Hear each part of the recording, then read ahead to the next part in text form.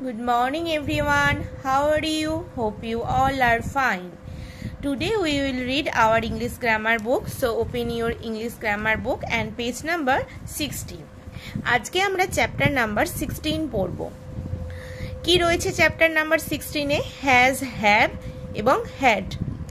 আমরা এই ক্লাসে হ্যাজ এবং হ্যাভের ব্যবহার শিখব। পরবর্তী ক্লাসে আমরা হ্যাডের ব্যবহার শিখব। প্রথমে হ্যাজ এবং হ্যাভের ব্যবহার জানার আগে এই দুটি শব্দের মানে আমরা জানব। হ্যাজ এবং হ্যাভ ভার্বের মানে হচ্ছে আছে। সাবজেক্ট বা কর্তার কোনো জিনিস আছে বা থাকা বোঝালে আমরা হ্যাজ এবং হ্যাভ ভার্ব ইউজ করি।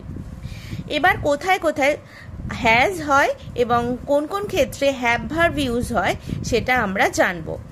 দেখো, পরের সেন্টেন্সগুলো পড়ি, তাহলে আমরা কিছুটা জানতে পারবো। Read the following sentences. Susmita has an umbrella. Aman has a mobile phone. He has a rose. She has a pen. It has a short beak. দেখো নিয়মে কি বলেছে? We use has with a noun that is one in number. আমরা একটা মাত্র নাউনের সঙ্গে has ব্যবহার করি, মানে আমরা এমন নাউনের সঙ্গে হ্যাজ ব্যবহার করি যেটা সংখ্যায় একটা। অর্থাৎ দেখো, এখানে প্রত্যেক ক্ষেত্রেই একটা নাউন বুঝিয়েছে। An umbrella, a mobile phone, a rose, a pen, a short beak, প্রত্যেক ক্ষেত্রেই একটা নাউনের করা কথা এখানে বুঝিয়েছে। সেই জন্য এখানে সর্বক্ষেত্রে হ্যাজ ব্যবহার হয়েছে। এবার পরের সেন্টেন্সগুলো দেখি। Now read the following sentences. I have a toy. We have 3 balloons. You have a new video game. They have a huge building. Rahul and Rubina have flags in their hands. এই ক্ষেত্রে কি নিয়ম বলেছে দেখো? We use have with nouns that are more than one in number. বলছে আমরা have ব্যবহার করি সেই সমস্ত নাউনের সাথে যেগুলো হচ্ছে সংখ্যায় একাধিক। আর কোন কোন ক্ষেত্রে হ্যাভ ব্যবহার করি? We always use have with I. আমরা আই এর সঙ্গে সর্বদা হ্যাভ ব্যবহার করি। দেখো, আই এর পর হ্যাভ ব্যবহার করি। আর আগের নিয়মটাই কি বললাম? যে সংখ্যায় আমরা একাধিক নাউন দেখতে পারি যে সেন্টেন্সগুলোতে, সেগুলোতে আমরা হ্যাভ ব্যবহার করি। যেমন দেখো, 3 বেলুনস, 3টি বেলুনের কথা বলেছে, তাই এখানে আমরা হ্যাভ ব্যবহার করেছি। এছাড়া রয়েছে ফ্ল্যাগস, এখানে অনেকগুলো ফ্ল্যাগের কথা বলেছে, তাই এখানে হ্যাভ ব্যবহার হয়েছে। এবার দেখো, we use have with you for nouns that are one as well as more than one.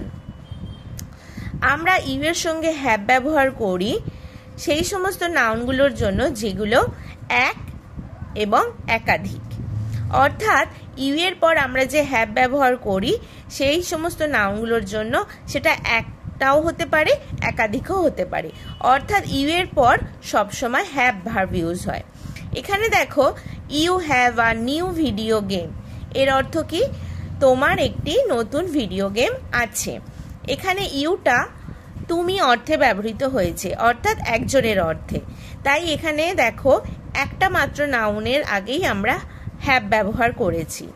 এবার ধরো, যখন বলবে যে সমস্ত সেন্টেন্সে ইউ এর অর্থ তোমরা হবে, সেখানে এই ক্ষেত্রে অনেকগুলো নাউন থাকবে, তো তখন কি হবে? তখনও আমরা হ্যাভ ব্যবহার করব। তাহলে আমরা কি শিখলাম? যে যখন একটা মাত্র নাউনের সঙ্গে আমরা সর্বদা হ্যাজ ব্যবহার করি, অর্থাৎ সাবজেক্টে যদি ধরো একজন মাত্র ব্যক্তি বা একটি মাত্র বস্তু বোঝায়, তাহলে আমরা হ্যাজ ব্যবহার করব। এছাড়া আই, উই, ইউ, দে, এই সমস্ত ক্ষেত্রে আমরা হ্যাভ ব্যবহার করব। মনে থাকবে, তোমরা ভালো করে এই পেজটা মন দিয়ে পড়বে। হ্যাজ এবং হ্যাভের ব্যবহার বুঝতে সমস্যা হলে নেক্সট দিন আমার থেকে ক্লাসে এসে জেনে নেবে। সকলে ভালো থাকবে। বাই।